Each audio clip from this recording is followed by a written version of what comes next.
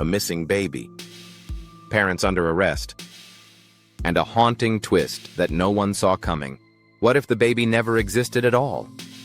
This is the story of Baby Emmanuel Haro, a case that has baffled investigators, divided communities, and fueled a storm of conspiracy theories online.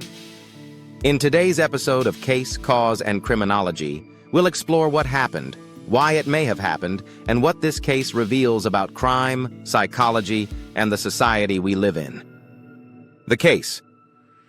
Our story begins in August of 2025, when California authorities received a disturbing report. Rebecca and Jake Haro claimed that their infant son, Emmanuel, was missing. At first, this was treated like any other missing child investigation. A baby vanished. The community mobilized. Police searched, neighbors worried, and the press began covering the unfolding drama. But something didn't add up. Very quickly, law enforcement shifted the investigation from a missing child case to a suspected homicide. Here's the first striking detail. No one outside the immediate family had ever seen baby Emmanuel. No confirmed photographs were released. No medical records were shared with the public. And there were no verified accounts of friends or neighbors ever holding or even glimpsing this child. As police began digging deeper, suspicion turned toward the parents. Jake Haro in particular already carried a dark past. He had prior convictions for child abuse. This criminal history cast a long and menacing shadow over the story. For many observers, the question shifted from where is Emmanuel to what did the Haros do to him? Then came the twist that made this case go viral. Some people began to question whether baby Emmanuel had ever existed at all.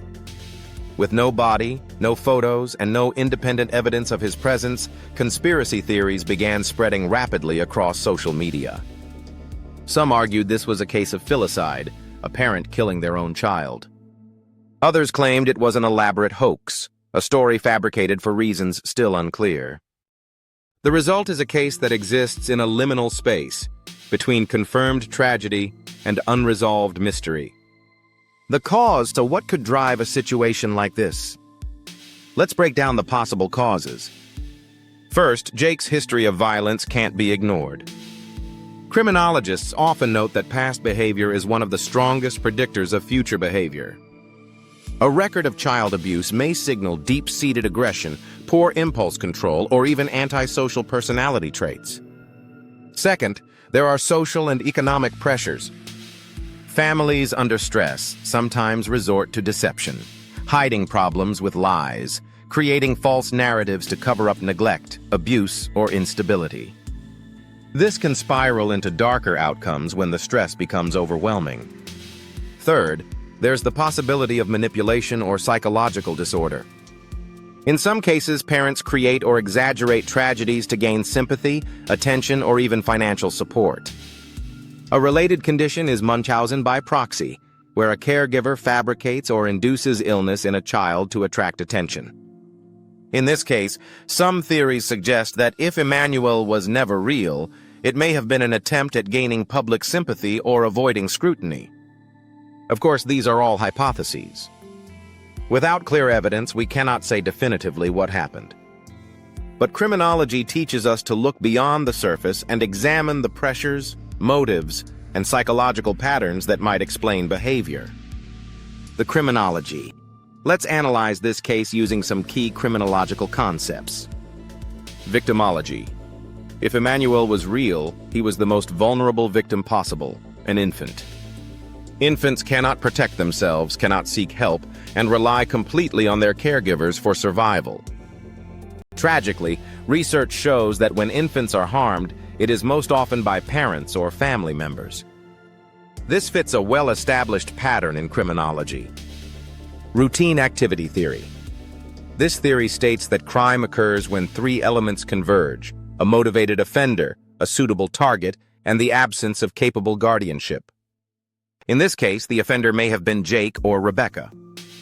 The target, a defenseless infant. And the absence of guardianship? No outside oversight, no neighbors or relatives checking in, no institutions ensuring the child's welfare. These conditions created the perfect environment for harm to occur, if Emmanuel was real. The role of conspiracy theories. But what makes this case unusual is not only the potential crime, it's the reaction. In today's digital age, lack of transparency fuels conspiracy theories. When information is scarce, people fill in the gaps themselves. That's why speculation about Emmanuel's existence took off so rapidly.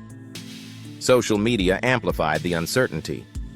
Online forums debated whether investigators were covering something up, whether Emmanuel ever existed, and whether this was all a fabrication. In a sense, the internet created a second crime scene, not in the physical world, but in the realm of public perception. Labeling theory. Jake's prior criminal record also plays a huge role in how the public interprets this case. Labeling theory suggests that once a person is branded with a deviant label, in this case, child abuser, every future action is judged through that lens. Whether guilty or innocent, Jake is seen as the villain because of his past. This creates a feedback loop where public opinion assumes guilt even before the courts decide. The case of Baby Emmanuel Haro leaves us with haunting, unresolved questions. Was this a tragic case of filicide? A child killed by those sworn to protect him? Or is it a story about deception and conspiracy, where a child may never have existed at all? And what role do we, the public, play in shaping the narrative through speculation, rumor, and online debate?